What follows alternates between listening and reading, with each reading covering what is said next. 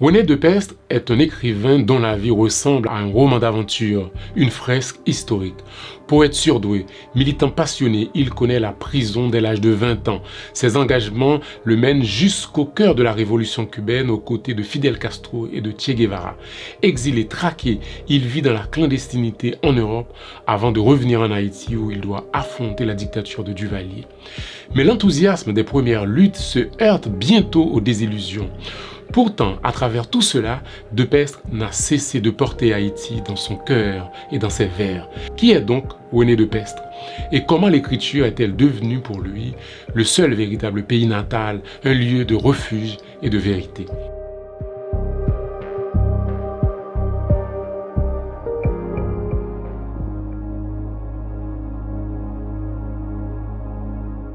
René Depestre est né le 29 août 1926 à Jacmel, à la rue Vallière, d'après ses documents d'identité. Mais cette date de naissance est contestée par l'écrivain lui-même, qui affirme au journal Le Nouvelliste en août 2025 qu'il est né 2 ans plus tôt, c'est-à-dire en 1924. Il a donc déjà plus de 100 ans. Vous allez voir que ces 20 premières années sont tellement mouvementées qu'on a l'impression qu'il a vécu plusieurs vies en une seule jeunesse. Bon, retournons sur ses traces à Jacmel. Il a fait ses études primaires chez les frères de l'instruction chrétienne. Son enfance à Jacmel sera pour lui, on va dire, une source d'inspiration pour son travail d'écriture. Son père, Luc Depestre, était préparateur en pharmacie. Il est très jeune quand celui-ci meurt, laissant sa mère seule avec ses autres frères et sœurs. La famille est modeste et le jeune René sera obligé d'aller vivre un temps chez sa grand-mère maternelle. Le seul livre qui se trouvait chez ses parents est une encyclopédie illustrée datant de 1921 et qui s'intitulait Tout en un. Il n'avait pas encore 10 ans quand sa mère lui confie l'ouvrage après la mort de son père. Ce livre éveillera chez le jeune homme le goût de la lecture. Il le gardera pendant longtemps. C'est au lycée Pinchina de Jacmel qu'il effectue ses études secondaires avant de les poursuivre au lycée Pétion à Port-au-Prince quand sa mère quitte Jacmel avec ses enfants pour s'installer près du bidonville de La Saline. Pour subvenir à ses besoins, sa mère exerce le métier de couturière avec sa machine à coudre Singer. D'ailleurs, Depestre va consacrer un poème à cette machine Singer qu'utilisait sa mère. Très beau poème que je vous invite à lire. Son roman autobiographique Popa Singer a repris beaucoup d'éléments de cette époque. Au début des années 40, la famille déménage plusieurs fois pour s'installer à bas peu de choses, à Bourdon et d'autres lieux. À 17 ans, Depestre envisage d'entrer au séminaire pour devenir prêtre. Mais heureusement, il s'agissait d'une crise d'adolescence qui aura vite passé. À cette même époque, il fait la connaissance de Jacques Roumet. René Depestre est le cadet d'une famille de 5 enfants. Ses 2 sœurs vont par la suite émigrer au Canada. Michaëlle Jean, ancienne gouverneure générale du Canada, est la fille de l'une de ses sœurs. En 1945, il publie son premier recueil de poèmes intitulé Étincelle. Grâce à la vente de ce premier ouvrage, qui a du succès, il a pu réunir suffisamment d'argent pour lancer son journal. Il fonde avec quelques amis une revue intitulée La Ruche qui connaît aussi un grand succès. Parmi ceux qui ont fondé le journal avec lui, on peut citer Jacques-Stéphane Alexis, Gérald Bloncourt et d'autres. On est dans les années 40 et c'est une époque de bouillonnement culturel en Haïti. Depestre commence à se faire un nom dans le milieu littéraire. Il rencontre des intellectuels et écrivains du moment comme Jean Bryce-Mars, Léon Lalo, Magloire Saint-Aude, etc. Il rencontre également des intellectuels étrangers comme André Breton lors de sa visite en Haïti et aussi le poète Aimé Césaire à l'occasion d'un séminaire à Port-au-Prince en 1944. À partir de décembre 1945, le gouvernement haïtien interdit son journal et saisit le numéro spécial consacré au surréalisme et à André Breton. Imprégné d'idées marxistes, Depestre ne se contente pas d'écrire de beaux vers, il s'engage avec fougue et passion. Il est en première ligne des jeunes contestataires anti-Lescaut. Il participe à la création du second parti socialiste populaire, PSP, un parti d'inspiration marxiste. Au début de l'année 1946, le gouvernement fait face à une insurrection populaire. André Breton, qui était en Haïti pour une série de conférences sur le surréalisme, est expulsé du pays, ainsi que Gérald Bloncourt. Ils sont accusés de troubles à l'ordre public. Depestre et d'autres jeunes intellectuels dissidents sont arrêtés et passent une nuit en prison. À sa libération, Depestre reprend le combat. Il est l'un des leaders étudiants de la grève générale qui renverse Élie Lescaut en janvier 1946. Mais avec l'arrivée au pouvoir d'un régime militaire, il sera de nouveau arrêté et passera 10 jours en prison. C'est en prison qu'il entame la rédaction de son deuxième recueil de poèmes intitulé Gerbe de sang. À cette époque, René de Pestre avait seulement 20 ans, ou plutôt 22 ans si on considère qu'il est né en 1924, et il a déjà fait beaucoup de choses et mené plein de combats. Avec l'arrivée au pouvoir de Dumarseille estimé, de Pestre reçoit une bourse d'études pour Paris. À l'époque, le voyage n'était pas très facile. Il a dû prendre un avion pour New York, un bateau pour Cherbourg, puis le train pour Paris. À son arrivée dans la capitale française, il est accueilli à la gare par son ami Aimé Césaire, qui est alors député communiste français. Il l'amène directement au siège du parti. René de Pestre s'installe dans la capitale française et retrouve ses compatriotes Jacques-Stéphane Alexis et Gérald Bloncourt arrivés avant lui. Il s'inscrit d'abord à la faculté de médecine pour faire plaisir à sa mère, mais il abandonne très vite la médecine pour se tourner vers des études de lettres à la Sorbonne. En plus de son inscription à l'université, il s'inscrit également au Parti communiste français. À Paris, de Pestre se rapproche des intellectuels de la négritude et côtoie les grandes figures de ce mouvement comme Cheikh Anta Diop, Frantz Fanon, Léopold Sédar Senghor, Édouard Glissant et surtout le poète Aimé Césaire avec qui il s'était lié d'amitié. De 1951 à 1955, de Pestre participe activement au mouvement de décolonisation dans le milieu étudiant à Paris. Pour ses activités politiques, il sera expulsé de France. Et c'est à Prague, en République tchèque, qu'il trouve refuge avec sa compagne Edith Gombo, qu'il a rencontrée sur les bancs de la faculté à la Sorbonne et qu'il a épousée en 1949. En 1952, il quitte Prague et cherche refuge à Cuba, mais le régime de Batista le fait expulser après avoir été arrêté et enfermé plusieurs semaines dans un camp militaire. Ils ont été accusés et dénoncés par l'ambassade d'Haïti à Cuba comme des espions de Moscou. Expulsés vers l'Italie, ils rejoignent clandestinement la France en novembre 1952. Ils sont accueillis par Louis Aragon et leur camarade Gérald Bloncourt. La France et l'Italie leur refusent le permis de séjour. Ils restent quelque temps à Paris dans la clandestinité hébergés dans l'appartement d'un camarade du Parti communiste français. Mais ils seront à nouveau expulsés du territoire français. Après un mois passé à Vienne, ils se rendent au Chili où ils organisent avec Pablo Neruda et Jorge Amado le Congrès continental de la culture. Après 7 mois au Chili, un séjour en Argentine, de Pestre et sa femme passent plus de 2 ans au Brésil. Ils travaillent comme professeurs de français, mais ils vivent dans la clandestinité. Ils utilisent de faux noms pour travailler. De Pestre se fait appeler Walter Miranda et sa femme Edith militent clandestinement au Parti communiste brésilien. C'était très dangereux parce qu'à l'époque, selon de Pestre, on torturait les intellectuels communistes au Brésil. À la fin de l'année 1952, de Pestre et sa femme retournent en France. Ils obtiennent un permis de séjour grâce à l'intervention de Léopold Sédar Senghor, qui était alors député français. Le poète participe au congrès des écrivains et artistes noirs en 1956. Il collabore également à quelques revues littéraires comme Esprit, Les Lettres françaises et Présence africaine.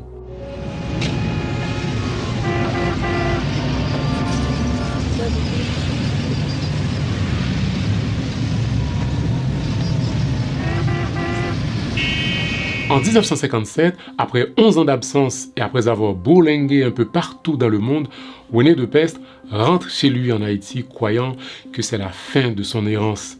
Il amène avec lui sa bibliothèque riche de 5000 livres avec l'espoir de se poser enfin durablement sur sa terre. À l'époque, Duvalier est fraîchement élu président et il connaît bien le nouveau président. Quand il était jeune, il habitait le même quartier que le docteur Duvalier au bas peu de choses. Le docteur lui avait même soigné sa crise de paludisme.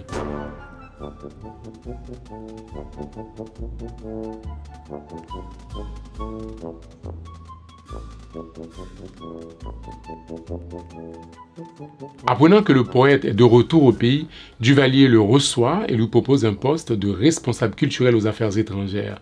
De Pestre, qui n'avait pas d'estime pour le docteur et qui va le désigner plus tard comme un sottisier ambulant, va tout simplement refuser l'offre de Papadoc. Il en profitera aussi pour lancer un appel à la résistance contre ce qu'il appelle la papadocratie. Il est menacé par les tontons macoutes et placé en résidence surveillée pendant 1 an.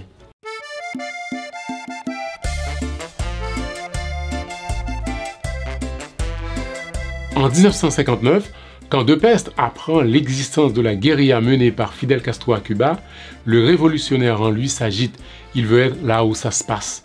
C'est ainsi qu'il parvient à s'échapper d'Haïti et rejoindre Cuba en mars 1959, moins de 3 mois après l'entrée des guérilleros à la Havane. De Pestre arrive donc à Cuba, accueilli par son ami le poète Nicolas Guillen et Che Guevara.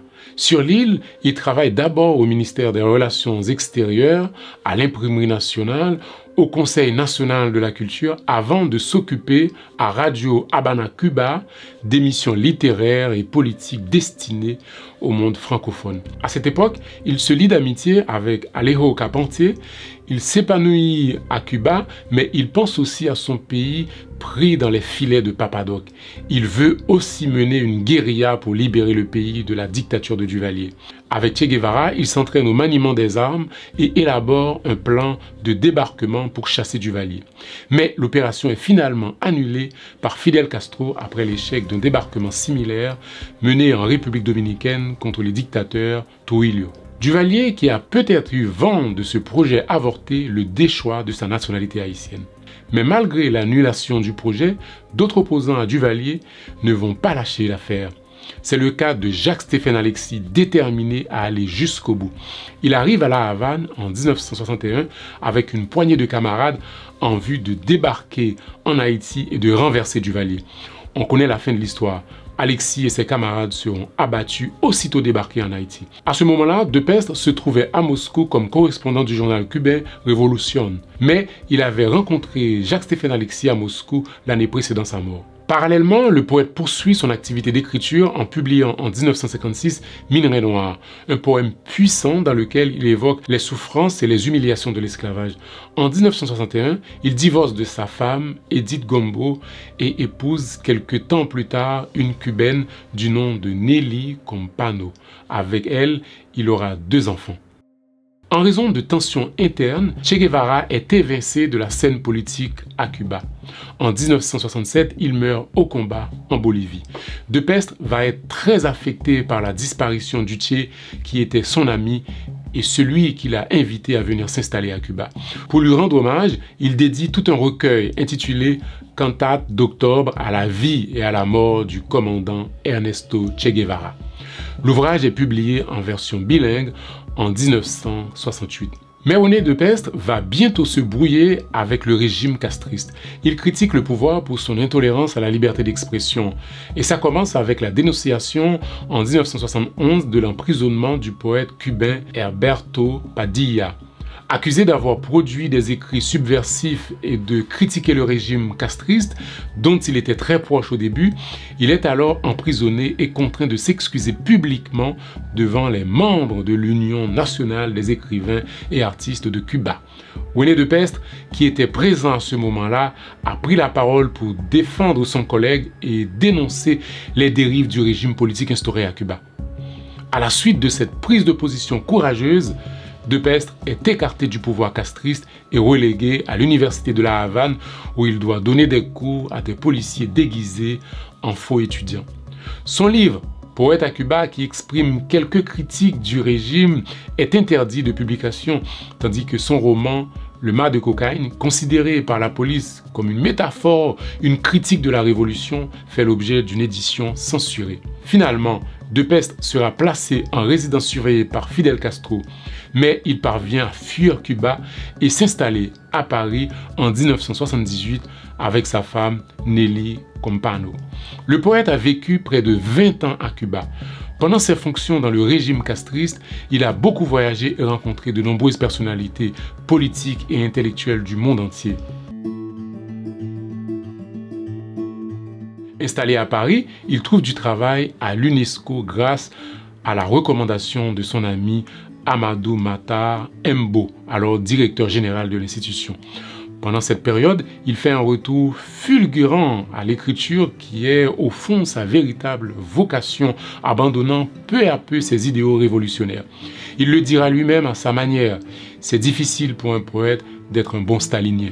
En 1979, les éditions Gallimard publient son roman Le Mas de cocaïne, dont une édition censurée en traduction espagnole avait été publiée à La Havane quelques années plus tôt. En 1986, De Pestre est invité à l'émission Apostrophe de Bernard Pivot, émission littéraire très prisée en France à l'époque. À la même année, il reçoit le prix Goncourt de la Nouvelle pour son ouvrage Alléluia pour une femme jardin. En 1986, il quitte l'UNESCO après 8 ans de bons et loyaux services. Et du même coup, il abandonne la vie parisienne pour s'installer à Lézigny-en-Corbière, une petite ville dans le sud de la France, loin du monde littéraire et des cercles mondains parisiens. C'était pour lui une forme de retraite, après avoir survécu au grand tumulte politique de l'époque. 2 ans après le prix Goncourt, il reçoit en 1988 le prix Renaudot pour son roman Adriana dans tous mes rêves. À partir de ce moment, René de Pestre va faire le deuil de ses utopies communistes et rompre définitivement avec le communisme pour se consacrer exclusivement à sa vocation d'écrivain. Et pour acter cette rupture, l'écrivain publie un poème au titre évocateur, Adieu la Révolution, dans lequel il écrit « Je fais mes adieux à tout ce qui est mort sur pied dans ma vie. Je mets à mort la foi et l'espérance qui ont failli truquer mon art de vivre. Mon voyage est un enfant du pardon. S'étant trompé de chemin de quoi, mon cheval innocent s'éloigne comme un voilier remis à neuf pour l'aventure océane. » Dans un autre poème intitulé Lettre à un poète du Mahonnage, il va encore plus loin. Je ne suis plus un homme noir de la Casa de las Américas. Je fais mes adieux à tout ce que mes jeunes années ont rêvé. Je mets à mort tout ce que j'ai aimé. Mon cheval s'est trompé de chemin. Voilà. Désormais fini les chimères des lendemains qui chantent. Le poète se livre à d'autres combats, plus discrets, mais pas moins importants. Il se met à l'écart du bout du monde pour rêver, écrire et retrouver Haïti quand il veut par l'imagination. D'ailleurs, il a déclaré « Je ne pense pas au pays natal, pour la simple raison que j'y retourne par l'imagination quand je veux. » Cette phrase de René de Pestre éclaire toute sa trajectoire d'exilé. Elle montre que malgré l'éloignement physique, Haïti n'a jamais cessé d'habiter son esprit et son écriture. Son pays natal devient une patrie intérieure, une source inépuisable où il puise ses images, ses souvenirs et ses rêves. C'est peut-être même dans cette distance imposée qu'il a trouvé la liberté de recréer Jacmel et Port-au-Prince à sa manière, en poète. Pour de Pestre, l'exil n'a pas brisé le lien avec sa terre, il l'a transfiguré en matière poétique et en espace imaginaire. En 2005, après 45 ans d'absence, De Pestre retourne en Haïti dans le cadre d'une visite organisée par le gouvernement français. Il est accompagné du ministre français des Affaires étrangères et de l'écrivain Régis Debray. René de Pestre a traversé son siècle comme un voyageur insatiable, emporté tour à tour par ses élans révolutionnaires, ses exils forcés et ses désillusions politiques. Mais au-delà des idéologies et des combats perdus, il a su préserver l'essentiel, la force de la poésie et l'amour d'Haïti. S'il a fini par dire adieu au communisme et aux utopies qu'il avait enflammées, il n'a jamais cessé d'habiter son pays natal par l'imaginaire, ni de transformer ses blessures en matière poétique. Aujourd'hui, son œuvre demeure le témoignage d'un homme qui a fait de l'écriture sa véritable patrie. Peut-être est-ce là la plus grande victoire de De Pestre, avoir trouvé dans les mots ce que ni les révolutions ni l'exil n'ont pu lui offrir, une liberté sans frontières. Merci de m'avoir accompagné jusqu'au bout dans cette page d'histoire consacrée à l'un des plus grands écrivains haïtiens. Prenez soin de vous et à bientôt pour une nouvelle page d'histoire. Au revoir.